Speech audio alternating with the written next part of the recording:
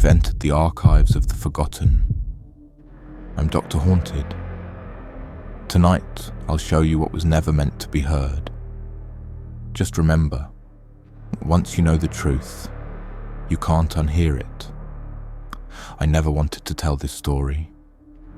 For 3 years, I've kept it locked away, hoping the memories would fade. But the nightmares won't stop. And maybe sharing what happened that night at the edge of Ouagadougou will finally give me peace. My name is Laurent. I was a junior foreign correspondent stationed in Burkina Faso when Captain Ibrahim Traoré first rose to power. While most international journalists clustered around official press conferences and government buildings, I prided myself on getting the real stories from ordinary citizens. You should stick to the designated areas, my colleague Michel warned me one evening as I prepared to visit the outskirts of Ouagadougou. There are checkpoints everywhere since the coup, and the military doesn't like foreigners wandering around asking questions. I waved him off with the careless confidence of someone who'd never faced real danger. The people on the margins always have the truest stories. Besides, my local contact says this neighborhood has fascinating perspectives on the new regime. My contact was a university student named Adama who moonlighted as a translator. We'd worked together on several articles and I trusted him. He picked me up on his motorbike just after sunset, the air still scorching from the day's heat. There's a meeting tonight, he explained as we weaved through traffic. Former neighborhood officials gathering in secret. They're willing to talk about what happened during the transition of power. The neighborhood was a maze of narrow, unpaved streets lined with concrete buildings, most with corrugated metal roofs. We parked the motorbike and continued on foot, the only illumination coming from occasional windows and doorways where kerosene lamps or candles burned. It's just up ahead, Adama whispered, pointing to a single-story building set back from the road. No lights were visible from outside. We approached cautiously. Adama knocked. 3 quick taps, a pause, then 2 more. The door opened just enough for us to slip inside. The room was dimly lit by a single bulb hanging from the ceiling. 6 men sat around a wooden table, their faces partially hidden in shadow. They looked up as we entered, expressions guarded. The eldest, a man with deep lines etched into his face, gestured for us to sit. "You are the journalist? The one who wants to know about the night patrol?" I nodded, taking out my recorder. "If you're comfortable speaking about it." The men exchanged glances. "We will tell you," the elder said. "But no recordings, no names." I put the recorder away and took out my notebook instead. For the next hour, they told me about the weeks following Captain Traoré's rise to power, about how military patrols would sweep through neighborhoods at night, taking people who had connections to the previous government or who had been critical of the coup. But the 3rd week, the elder continued, his voice dropping, that's when the night patrol changed. According to their account, the regular patrols were replaced by a special unit that locals began calling les fantômes, the ghosts. They moved differently, silently, and always arrived precisely at midnight. They knew exactly who they wanted and where to find them, one man said, as if they could see through walls or read minds. People said it was the captain himself leading these patrols, another added, that he had powers no ordinary man possessed. I tried to keep my skepticism from showing. What kind of powers? The elder leaned forward. They say he can walk through walls, that bullets pass through him without leaving a mark, that he can look into your eyes and know every disloyal thought you've ever had. I jotted down these superstitions, valuable context for the fear surrounding the new regime. That's when the elder's son disappeared, one of the younger men said, taken by the midnight patrol. The elder nodded slowly. My son Pascal spoke against the coup at the university. Just words, nothing more. The regular soldiers had already questioned and released him, but then Les Fantômes came. Did you report it? I asked. A bitter laugh circled the room. Report to who? The elder asked. The same military that took him? The meeting was interrupted by a commotion outside. Vehicle engines shouted commands. Everyone froze. Military patrol, Adama whispered. We need to leave. Now. There was a back door leading to an alley. We slipped out just as pounding began at the front entrance. Adama guided me through a series of narrow passages between buildings, moving with the confidence of someone familiar with escape routes. We need to get back to the motorbike, he said urgently. We reached the street where we'd parked, but the bike was gone. They must have found it, Adama muttered. We'll have to go on foot. The neighborhood had transformed. Streets that had been quiet were now filled with shadows moving between buildings. In the distance, flashlight beams swept methodically down alleys. This way. Adama pulled me toward a drainage ditch that ran behind a row of houses. We crouched in the shallow trench, moving as quietly as possible. The night had grown strangely cold. My breath formed visible clouds in front of my face despite the season. Something's wrong, Adama whispered. It's never this cold here, even in winter. A heavy silence fell over the neighborhood. Even the dogs had stopped barking. The only sound was my heartbeat thundering in my ears. Then I heard it, footsteps approaching along the ditch, but with an odd rhythm. They seemed to fall too far apart, as if whoever walked took impossibly long strides. Adama grabbed my arm, his fingers digging painfully into my flesh. His eyes were wide with terror. Don't move, he breathed. Don't even blink. The footsteps stopped directly above us. I looked up and saw a tall figure silhouetted against the night sky. He wore military fatigues and a red beret, his face obscured by shadow except for his eyes, which seemed to glow with a faint red light of their own. He looked directly down at our hiding spot.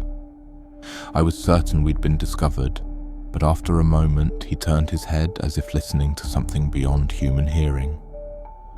Then he did something impossible.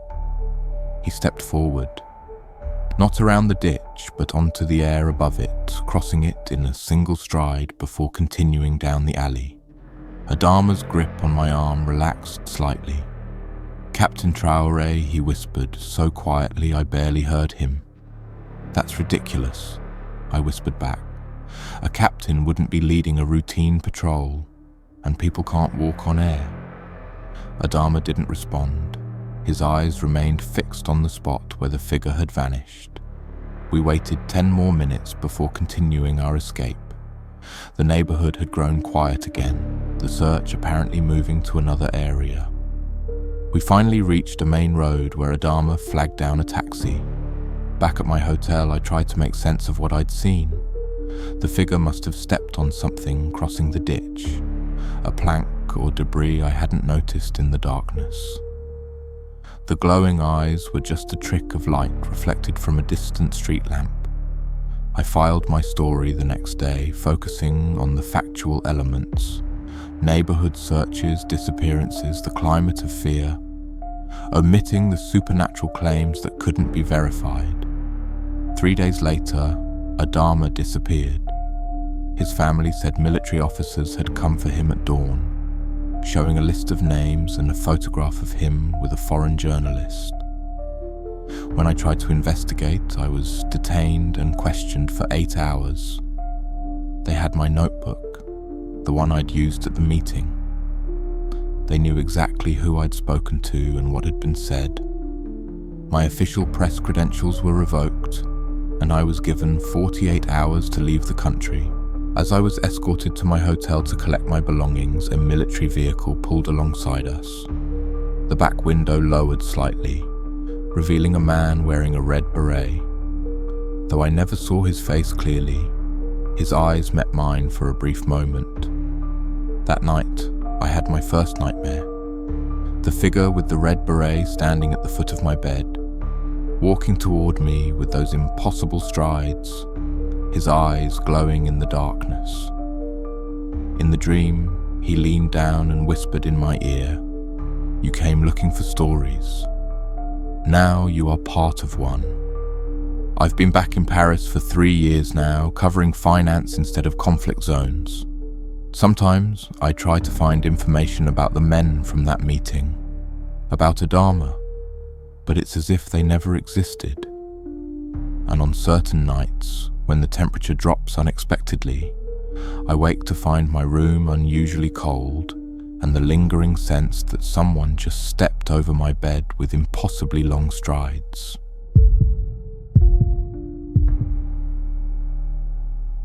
I used to be a communications specialist for an international aid organization operating in West Africa.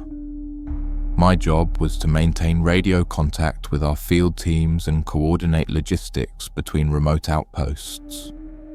After what happened last year in Burkina Faso, I don't work in communications anymore. Some things you hear can't be unheard. It started during the rainy season, when our teams were delivering medical supplies to villages isolated by flooding.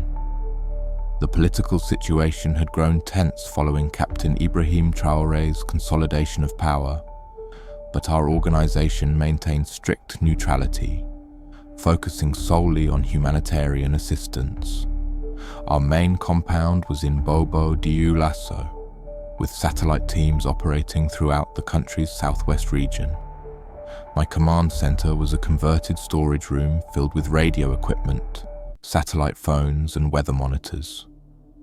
Echo team reporting from Banfora region, crackled a voice through my headset one stormy afternoon. Roads washed out 10 kilometers north of Sindo, requesting alternate route. This was routine. I consulted our maps and satellite imagery, guiding them along a cattle path that should have been navigable in our all-terrain vehicles. Communication was spotty due to the storm, but we managed. Later that evening, as the rain intensified, I received another call from Echo Team. "Base, this is Echo. We've reached an unmarked military checkpoint. Soldiers are requesting authorization papers." Again, fairly standard. I advised them to present our organization's documentation and wait for clearance. 2 hours passed without update. When I tried to reach them, I got only static. Concerned but not yet alarmed, radio blackouts were common during storms. I attempted contact through satellite phone. No response. As midnight approached and the storm reached its peak, I prepared to end my shift. The replacement communications officer was running late due to flooding in town. Lightning flashed continuously outside, followed by thunder that rattled the windows. That's when the radio crackled to life on a frequency we didn't use. At first, it was just static and atmospheric interference. Then a voice emerged. Distant, distorted, but gradually becoming clearer. It wasn't any of our teams. "Perimeter secure. Special detachment in position. Awaiting your arrival, Captain." Military chatter. I should have switched it off immediately. Monitoring military communications could be dangerous for aid workers. But something about the transmission held me there, listening. Targets identified. 13 individuals. Western organization. My blood ran cold. 13 was exactly the number in Echo Team. The voice continued, now clearer, as if the transmitter had moved closer to whatever location they were broadcasting from. "Understood, Captain. We will await your personal inspection before proceeding."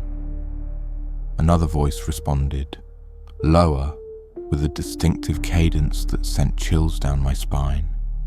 "No need to wait. I'm already here." The first voice sounded confused. "Sir? But your convoy is still 20 minutes out according to—" "Look behind you, Lieutenant." There was a pause, then, "Captain Traoré, but how did you... We didn't see you arrive." "There are many ways to travel when necessary. Now, about these foreigners."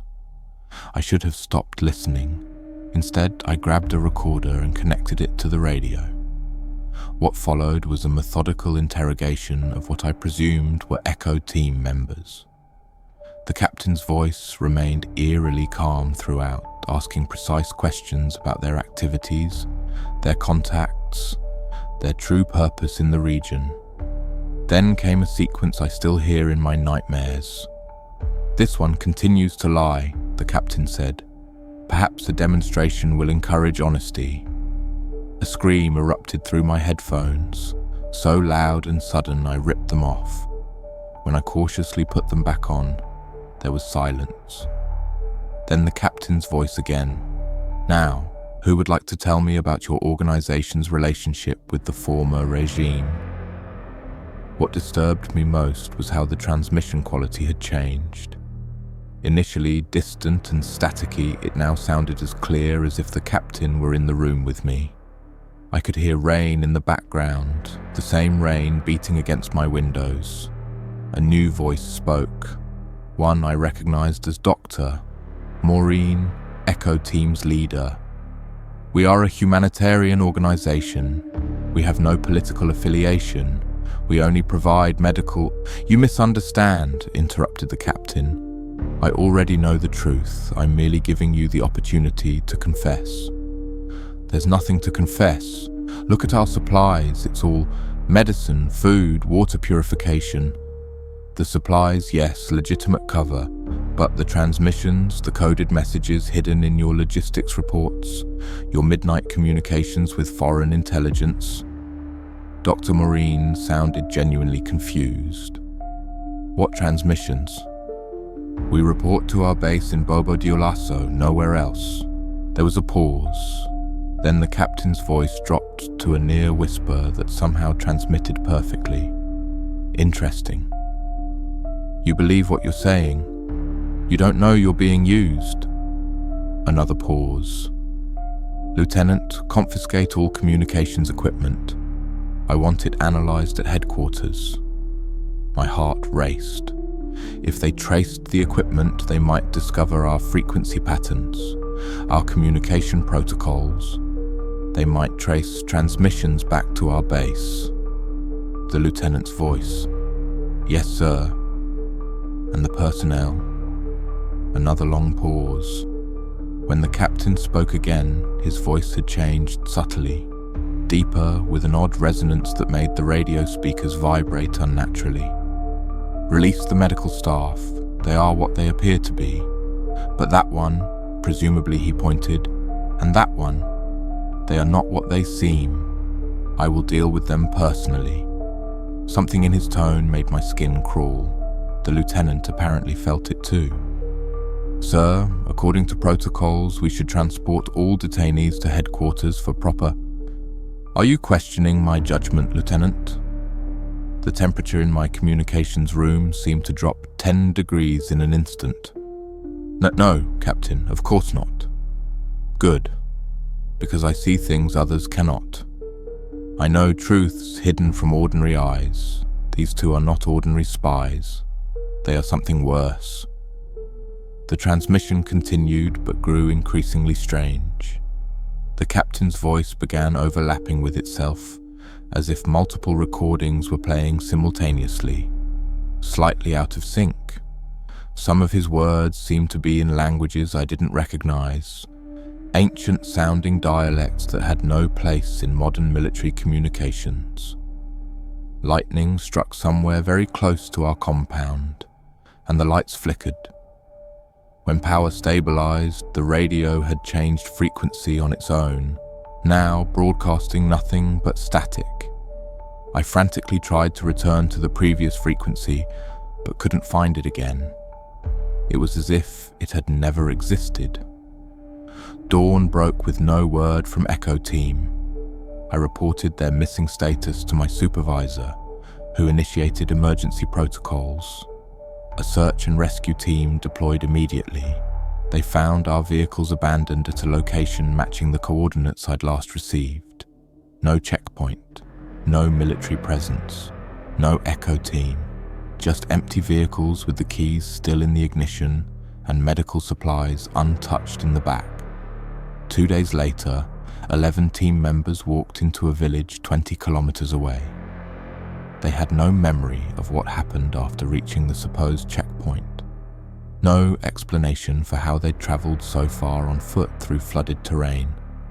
No knowledge of the 2 missing team members, Dr. Morin and our security officer. The official investigation concluded that the team had been detained briefly by local militia, not official military, and that the 2 missing members had likely been taken for ransom. But no ransom demand ever came. I submitted the recording as evidence, but when investigators played it back, it contained nothing but storm static. They suggested I'd been tired, that I'd perhaps dozed off and dreamed the whole transmission. I might have believed them if not for what happened the following week. I was preparing to leave the country. The organisation was evacuating non-essential staff due to the deteriorating situation. My replacement was walking me through handover procedures in the communications room when the radio spontaneously activated. Through the speaker came a voice I recognised instantly, the captain's with that same unnatural resonance. "I know you're listening," he said. "I know you recorded me. But some voices aren't meant to be captured or contained." My replacement looked confused, asking who had authorized use of that channel. But before I could respond, the radio dial began spinning on its own, cycling through frequencies rapidly before stopping. From the speaker came sounds that shouldn't have been possible through our equipment, whispers layered atop one another, growing in volume and intensity until they became a deafening chorus of voices all saying the same thing: "He sees you." The radio then burst into flames. Not from electrical failure, the flames were deep red, almost black at their core, and spread in patterns that looked disturbingly like handprints across the equipment. I left Burkina Faso the next day and haven't returned to Africa since. I've tried to convince myself it was stress, sleep deprivation, the trauma of losing team members. But sometimes my phone picks up strange frequencies or my car radio switches stations on its own. And always, just before it cuts out, I hear a voice with an unmistakable cadence saying, "Some truths are not for everyone, but you heard." And I remember those who listen to things not meant for them.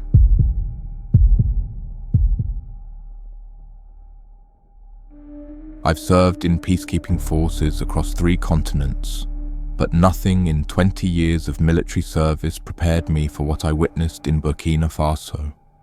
Some commanders earn fear through brutality or tactical brilliance. Captain Ibrahim Traoré commands a different kind of fear entirely. I've seen it firsthand, and there are nights I still wake up screaming. The deployment began routinely enough. I was part of a multinational observer team monitoring border security in the tri-state region where Burkina Faso meets Mali and Niger. Insurgent groups had been exploiting the porous borders, and our mandate was to document violations without direct intervention. Our team consisted of 12 personnel from 8 different countries, experienced officers with combat backgrounds and specialized training. We operated from a remote observation post with minimal amenities but excellent surveillance equipment. The nearest military presence was a Burkinabe garrison, about 40 kilometers southeast of our position. 3 months into deployment, intelligence reported unusual troop movements near our sector. Satellite imagery showed what appeared to be convoys moving at night, but follow-up drone reconnaissance found nothing. Command instructed us to increase ground observation. Major Delaney, our team leader, assigned rotating pairs for extended perimeter patrols. I was partnered with Lieutenant Jabari from the Egyptian Army, a quiet professional with night vision expertise. On our third night patrol, we detected movement approximately 2 kilometers from our position. Through thermal scopes, we observed what appeared to be a disciplined unit moving in formation toward the Mali border. Size estimate, Delaney asked over comms when we reported in. Approximately platoon strength, sir, I responded. 20 to 30 personnel moving deliberately, not consistent with insurgent patterns. Maintain observation. Do not engage or reveal your position. For 2 hours we tracked their movement from concealed positions. They maintained perfect formation despite moving through difficult terrain in near total darkness. No night vision equipment was visible. Something's not right, Jabari whispered beside me. They haven't broken formation once, haven't used any lights, haven't even paused for rest or water. He was right. The unit moved with uncanny precision, as if they could see perfectly in the darkness or had memorized every contour of the landscape. Command, request permission to reposition for better observation, I radioed. Granted. Proceed with caution. We circled around to a rocky outcropping that would provide superior angles while keeping us hidden. As we settled into position, the mysterious unit suddenly halted. All 30 figures stopped in perfect unison, as if responding to an unheard command. Then they turned, again in perfect synchronization, directly toward our position. Impossible, Jabari breathed. They can't see us from that distance, not in this darkness. A figure detached from the formation and moved forward.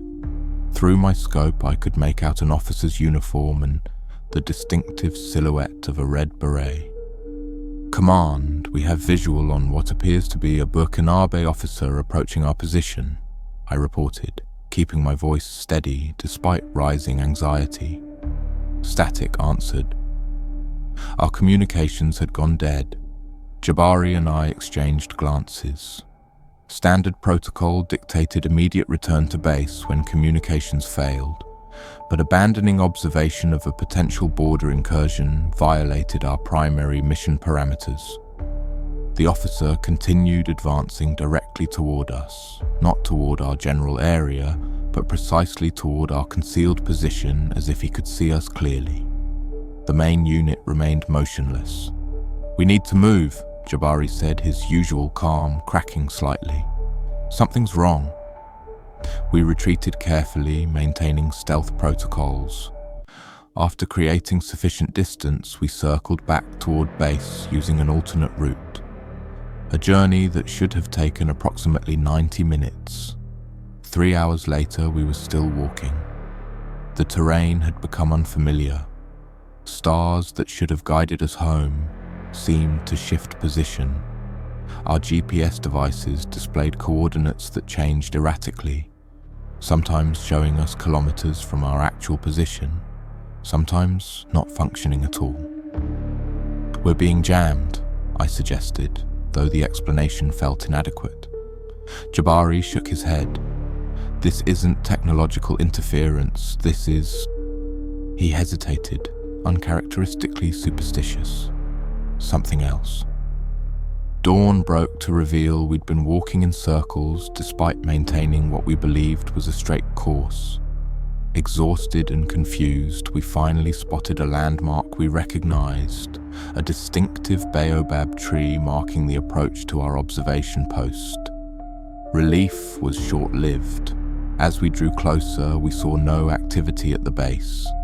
No perimeter guards, no equipment running, no smoke from the generator exhaust. Command, this is Recon Team Bravo approaching from southeast perimeter, I radioed, hoping communications had been restored. Silence. We approached cautiously, weapons ready. The main gate stood open, a serious protocol violation. Inside, the compound was empty, not just of personnel, but of equipment. Vehicles, communications gear, surveillance systems, all gone. Personal belongings remained, Half-eaten meals, open books, a coffee mug still warm to the touch. They didn't evacuate, Jabari observed, examining the untouched security systems. They didn't trigger any alarms, they just vanished. We searched the entire compound. In the operations center, the mission clock showed 0400 hours, which made no sense as the sun indicated it was approximately 0700. The log computer displayed a final entry from Major Delaney at 0327, unknown unit approaching from northwest perimeter.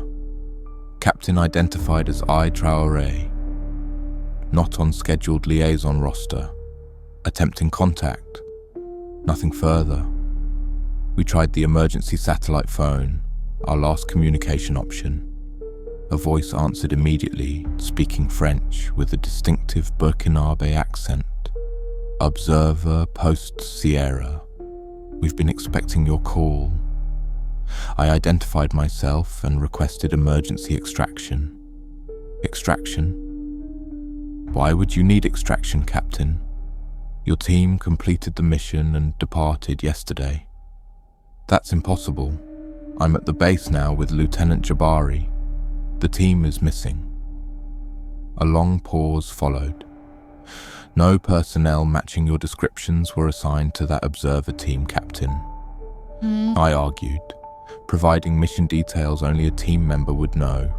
The voice on the other end remained polite but firm. According to all records, our team had consisted of 10 personnel, all of whom had returned safely to headquarters yesterday after completing their assignment. There had never been a Major Delaney or a Lieutenant Jabari assigned to the mission. When I demanded to speak to a superior officer, the voice simply said, "A liaison will arrive shortly to assist you. Please remain at your location." 3 hours later, a single vehicle approached, a military jeep with Burkinabe army markings. A tall officer in a pristine uniform stepped out, wearing the red beret of Captain Ibrahim Traoré's Special Forces. "Gentlemen," he greeted us in accented English, "I understand there is some confusion." Up close, the captain had an unsettling presence. His movements were too fluid, his uniform too perfect despite the dusty conditions. Most disturbing were his eyes, dark and reflective, revealing nothing while seeming to absorb everything. "Where is our team?" I demanded. "Your team completed their assigned observation and departed," he replied calmly. "As for you two," he paused, studying us with those impossible eyes, "you present an interesting situation." "What situation?" Jabari asked tensely. "You exist in our records, yet you don't exist on the approved personnel roster. You carry identification for a mission that was completed. You remember colleagues who were never deployed." He circled us slowly, his footsteps making no sound on the gravel. "Tell me," he continued, "what did you see last night while observing the border?" Neither of us answered. The captain smiled, a gesture that never reached his eyes. "Let me tell you what you saw. You saw the 5th Special Battalion moving to intercept insurgents crossing from Mali. You saw them operate with precision in complete darkness. You watched their commander sense your presence despite your concealment." "That's impossible," I said. "No one could have detected us from that distance." The captain's smile widened fractionally. "Conventional soldiers, no. But the 5th Battalion is not conventional. Neither is their commander." "Who are they?" Jabari asked. "They are what necessity created," the captain replied cryptically. "Burkina Faso faces enemies both seen and unseen.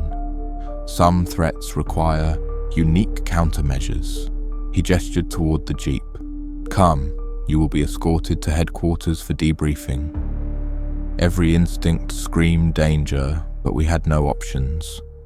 Our team was gone, communications compromised, and we were deep in foreign territory. We entered the vehicle. The drive was disorienting, The landscape shifted between arid plains and dense vegetation in ways that violated natural geography.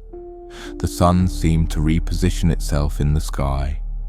I checked my watch repeatedly, watching the hands move at impossible speeds or sometimes backward. Jabari noticed too. "What time do you have?" he whispered. My watch showed 3:27, the same time as Major Delaney's final log entry. It hadn't changed in hours. We arrived at what appeared to be a military compound, though it matched no installation in our mission briefings. Soldiers moved with the same disturbing synchronization we'd observed the previous night. None spoke. None made eye contact. The captain led us to an interrogation room with a single table and 3 chairs. A map of the region covered one wall. "Now," he said, "let us discuss what you really saw." What followed was the most terrifying experience of my military career. The captain described our entire mission in perfect detail, including classified aspects we'd never documented. He recounted private conversations held in secure facilities. He quoted from personal journals we kept locked away. As he spoke, the room temperature dropped dramatically. Frost formed on the walls. Our breath clouded before us while the captain's did not. "The 5th Battalion was created for a specific purpose," he explained. "To protect Burkina Faso from those who would exploit her. Conventional warfare failed us. Conventional soldiers died. So we became unconventional." His form seemed to blur at the edges as if he wasn't fully present in the room. "Some say I made a bargain with ancient forces. Others claim I found old magic in forgotten places. The truth is simpler and more terrible. I simply showed my men that death need not be an obstacle to serving one's country." As he spoke these words, the map on the wall changed. The borders shifted, reverted, shifted again, displaying territorial configurations spanning centuries of West African history. "The battalion you saw never arrived at their destination. They were ambushed and killed 3 years ago in an insurgent attack. But I refused to lose them. I refused to lose any more of my country to those who would tear it apart. So they continue to patrol. They continue to protect. That's not possible," I whispered. "Yet you saw them," he replied. "You saw how they move, how they fight. No food, no water, no rest required. Perfect soldiers." Jabari suddenly stood. "This is psychological warfare. You're trying to break us for information." The captain laughed, a hollow sound. "Information? What could you possibly know that I don't already see?" He turned to me. "Your wife calls your voicemail when she's worried, just to hear your voice on the greeting. She called 3 times last night." He turned to Jabari. "And you keep a sand beetle preserved in amber. A gift from your grandfather who told you ancient Egyptian stories about immortality through the beetle's persistence." Both details were intimately personal and impossible for him to know. "What do you want from us?" I finally asked. "Nothing," he replied simply. "You were never meant to see the 5th Battalion, but now that you have, you present a problem. Tell me, what will you report to your superiors?" The question carried clear threat, but also genuine curiosity. I considered carefully before answering. That we observed unusual troop movements but were unable to maintain surveillance due to equipment malfunction. That when we returned to base, our team had been unexpectedly reassigned. That we were escorted to headquarters and debriefed by local military officials. The captain nodded slowly. A pragmatic response. And what of the battalion that never arrives? The soldiers who patrol without eating or drinking? Their commander who sees what cannot be seen? Such claims would never be believed, Jabari answered. We would be removed from duty for psychological evaluation, The captain studied us with those bottomless eyes. Finally, he stood. "You will be escorted to the border tomorrow.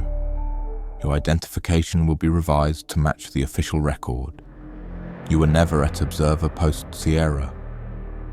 You never saw what you saw." As he turned to leave, I gathered my courage to ask, "The others, our team, what happened to them?"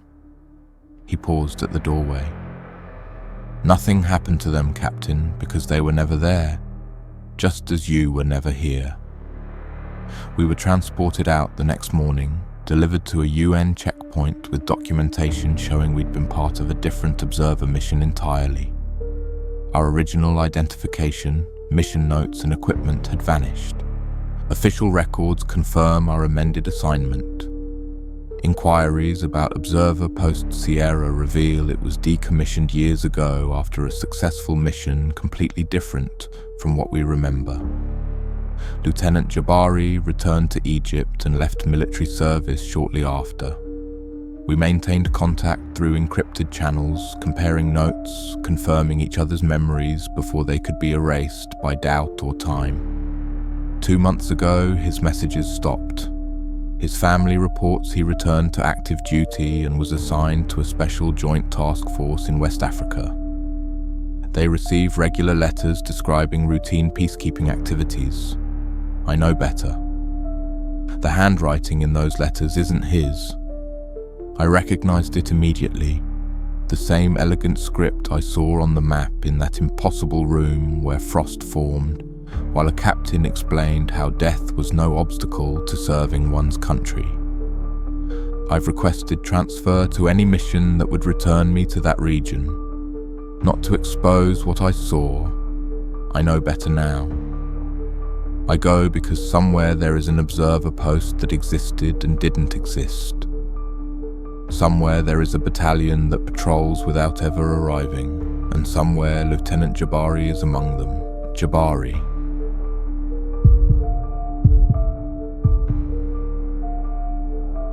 In diplomatic circles, certain protocols exist that the public never sees. Contingencies for unusual circumstances, procedures for unexplainable events. I've been a diplomatic security specialist for 15 years, protecting ambassadors and officials across 4 continents, and until last year I'd never seen these protocols activated. Now I understand why they exist. It happened during Ambassador Richardson's visit to Burkina Faso. An ordinary diplomatic mission, discussions about security cooperation, development initiatives, the usual agenda.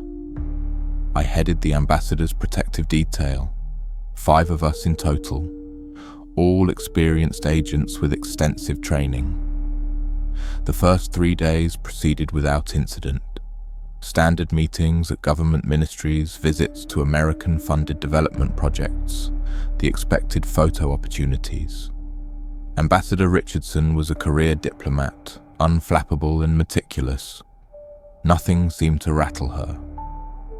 That changed on the 4th day when we attended a reception at the presidential palace. Captain Ibrahim Traoré had recently consolidated power, and this was Ambassador Richardson's first official meeting with him. Security was tight. Our team worked alongside Burkina forces to establish protocols, escape routes, and emergency responses. I've been in rooms with presidents, prime ministers, and dictators. Power has a presence you can feel. But when Captain Traoré entered the reception hall, something felt distinctly different. The atmosphere shifted in a way I couldn't rationalize. The temperature seemed to drop several degrees despite the evening heat. Conversations died mid-sentence.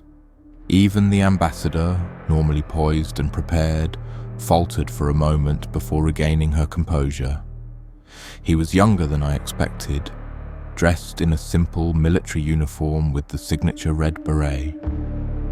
No excessive medals or decorations, nothing to suggest the level of authority he commanded. Yet every person in that room, including our security team, found themselves instinctively tracking his movements.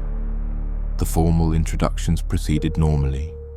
Handshakes, diplomatic pleasantries, carefully worded statements about cooperation and mutual respect. I maintained my position 3 meters behind the ambassador, scanning the room systematically as trained.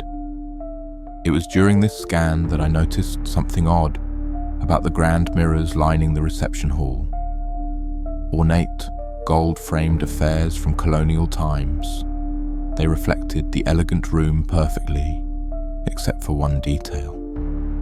Captain Traoré's reflection was strangely indistinct, almost blurred, as if he were moving too quickly to be captured properly, though he stood perfectly still. I blinked, assuming eye fatigue from the long day. When I looked again, his reflection appeared normal, a momentary anomaly, nothing more. The reception continued for another hour. The ambassador and Traoré spoke privately for several minutes in a corner of the hall. Protocol dictated I maintain visual contact but not close enough to overhear classified conversations. From my position, I could see Ambassador Richardson's expression shift from diplomatic neutrality to something like concern, then briefly, just for a moment, to what looked like fear. When they concluded their conversation, the ambassador immediately signaled for departure. This was unusual.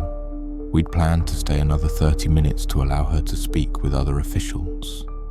As we escorted her to the vehicle, I asked if everything was all right. "Schedule change," she replied tersely. "We need to get back to the embassy immediately." During the drive, she sat silently, staring at her reflection in the window. Back at the embassy, she went directly to the secure communications room, ordering privacy even from her security detail.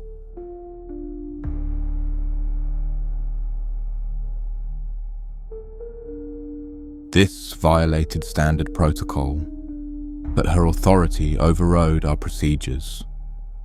She emerged 2 hours later, looking exhausted.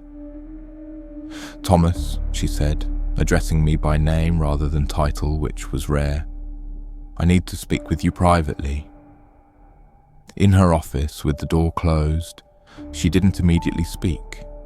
Instead, she placed a small device on her desk, an electronic countermeasure that created a sound-dampening field to prevent eavesdropping. "What I'm about to tell you won't appear in any official report," she began, "but as head of security, you need to be aware of certain complexities." She handed me a slim folder marked with the rare Onyx Protocol designation. In 15 years, I'd seen it referenced in training, but never actually implemented. The protocol covered procedures for situations involving officials who demonstrated non-standard behavioral anomalies or capabilities exceeding conventional explanation. "Ambassador Richardson, during my conversation with Captain Traoré," she interrupted, "he referenced details from a closed-door meeting I had in Washington 3 days before our arrival here. A meeting whose minutes are classified at the highest level." I remained silent, waiting for more. "He quoted me verbatim, Thomas, things I said behind secured doors. He knew about private reservations I expressed about this visit that aren't documented anywhere. There could be a leak in our communications," I suggested, "or surveillance we haven't detected." She shook her head. "That's what I thought initially, but then he described a nightmare I had last night, in detail. A nightmare I haven't told anyone about. The ambassador was not prone to flights of fancy or paranoia. Her reputation for rationality had made her an effective diplomat in numerous crisis regions. Did you notice anything unusual about him during the reception?" she asked. I hesitated, then mentioned the strange effect I'd observed in the mirrors. Her face paled slightly. "So, it wasn't just me," she murmured. "I saw it too. But more than that, when we spoke privately, I swear sometimes his lips didn't move exactly in sync with his words. As if..." She trailed off. As if what, Ambassador? As if what I was seeing wasn't entirely what was speaking to me. She closed the folder and pushed it toward me. The Onyx Protocol has specific instructions for documentation, contact limitations, and departure procedures. Memorize them, then use the burn bag. From now until we leave the country, we operate under these guidelines. The protocol restricted the ambassador to essential meetings only, all to be conducted in secured spaces cleared by our team. No electronic devices during any meeting with Captain Traoré or his close associates. No personal conversations, no deviations from scripted talking points pre-approved by Washington. Most importantly, no mirrors or reflective surfaces in any room where meetings occurred. This last requirement seemed bizarre, but I implemented it without question. For the next 2 days, we followed the protocol meticulously. The ambassador met with lower-level ministers, keeping Captain Traoré at a careful distance. He sent polite inquiries about additional meetings which were diplomatically declined due to scheduling constraints. On our final evening, we prepared for departure the following morning. The embassy was locked down, with double security shifts. I personally checked the ambassador's quarters as she prepared for bed. "All secure, ma'am," I reported. "We leave for the airport at 0600. She nodded, looking exhausted but relieved. "Thank you, Thomas. I'll be glad to put this behind us." At approximately 2 a.m., the embassy's power went out. Our backup generators failed to engage, a technical impossibility given our redundant systems. I immediately deployed the team to predetermined positions, then went directly to the ambassador's quarters. She wasn't there. A methodical search of the embassy revealed nothing. No signs of forced entry, no security breaches. The ambassador had simply vanished from a locked, guarded building. As I organized search teams, the power returned as abruptly as it had failed. My radio crackled. "Sir, this is Rivera at the main entrance. The ambassador just walked in. She says she was meeting with Captain Traoré." I ran to the entrance. Ambassador Richardson stood calmly in the lobby, still wearing her night clothes with a coat hastily thrown over them. "Ambassador, what happened? How did you leave the building?" She looked at me with a slightly confused expression. "Captain Traoré requested an urgent meeting. His aide came to escort me." "No one entered or exited the building, ma'am. All doors have been secured and monitored." She frowned. "That's not possible. I was just at the presidential palace. We spoke for nearly an hour." I exchanged glances with Rivera, who confirmed with a slight shake of his head. No one had passed his position all night. As I escorted her down the hallway, we passed the large decorative mirror in the main corridor. Something made me glance at our reflections as we walked by. What I saw stops my breath even now when I think about it. My reflection was normal, but the ambassador's reflection wasn't looking forward. It was turned, looking directly at me through the mirror with an expression of pure terror. Its mouth formed words I couldn't hear. "Help me." Meanwhile, the actual ambassador beside me continued walking calmly, staring straight ahead. I froze, looking back and forth between the real ambassador and her desperate reflection. The ambassador noticed my distress. "Is something wrong, Thomas?" she asked, her voice unnaturally even. The reflection in the mirror was now pounding silently against the glass, its face contorted in panic. No one else was in the hallway to witness this impossibility. 20 years of training took over. I activated the Onyx Protocol's most extreme contingency, code Doppelganger, by speaking the activation phrase directly to my earpiece. Reflection compromised, authority in question. Within seconds, response teams converged on our position. The ambassador was quickly but respectfully restrained according to protocol, despite her protests. In the mirror, her reflection slumped in visible relief. What followed was the most bizarre debriefing of my career. For 3 hours, specialized personnel interrogated both the ambassador and, somehow, her reflection, using a complex system of mirrors and cameras that still defies my comprehension. The details are classified beyond my clearance, but I can say this. The woman we escorted from the embassy that morning was not Ambassador Richardson. At least, not entirely. The official report cites a security incident resulting in temporary confusion about the ambassador's whereabouts. Ambassador Richardson was immediately recalled to Washington for routine consultation.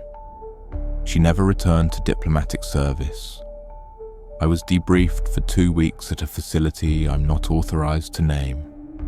Most questions centered on Captain Traoré, what I observed, what I felt in his presence, whether I had experienced any unusual dreams or sensations since the encounter. I hadn't, but the thoroughness of the questioning suggested others had. My security clearance was elevated, and I was assigned to a specialized division that handles similar diplomatic anomalies. I've since learned that Ambassador Richardson's case was not unique. Similar incidents have been documented in several countries where traditional practices and modern governance intersect in unusual ways. 3 months later, I received a small package at my new office. It contained a compact mirror and a handwritten note in Ambassador Richardson's distinctive script. Some reflections show more truth than the things they reflect. Some men cast shadows darker and longer than should be possible. If you ever find yourself in his presence again, don't look him in the eye. Don't look at his reflection. And whatever he offers you, remember, I'm still trapped on the other side. The mirror itself appeared ordinary, but security protocols required it be confiscated and analyzed. I never learned the results of that analysis. The note was classified and sealed. Captain Ibrahim Traoré remains in power. Diplomatic relations continue through normal channels. But no ambassador has been assigned to the country permanently since Richardson's departure. Only rotating chargés d'affaires who serve brief terms. And in the classified briefing materials, there's a new protocol. No meetings with Captain Traoré are to be conducted in rooms with mirrors or reflective surfaces. No one is to be alone with him at any time. And most importantly, if he seems to know things he couldn't possibly know, end the meeting immediately. Because sometimes what you see in the mirror isn't your reflection. Sometimes it's the real you trapped on the other side. That concludes tonight's case. But the shadows don't sleep. I'm Dr. Haunted. Until next time, keep your doors locked, your lights low, and your nightmares closer. The stories you've heard aren't just tales, they're warnings. These recordings reach places they weren't meant to go.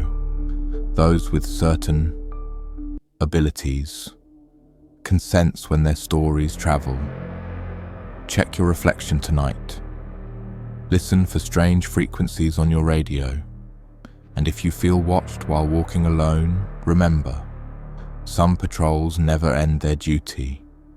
The knowledge can't be unlearned, the visions can't be unseen. I'm Dr. Haunted, keeper of forgotten truths. And remember, he sees those who listen, and now he's seen you.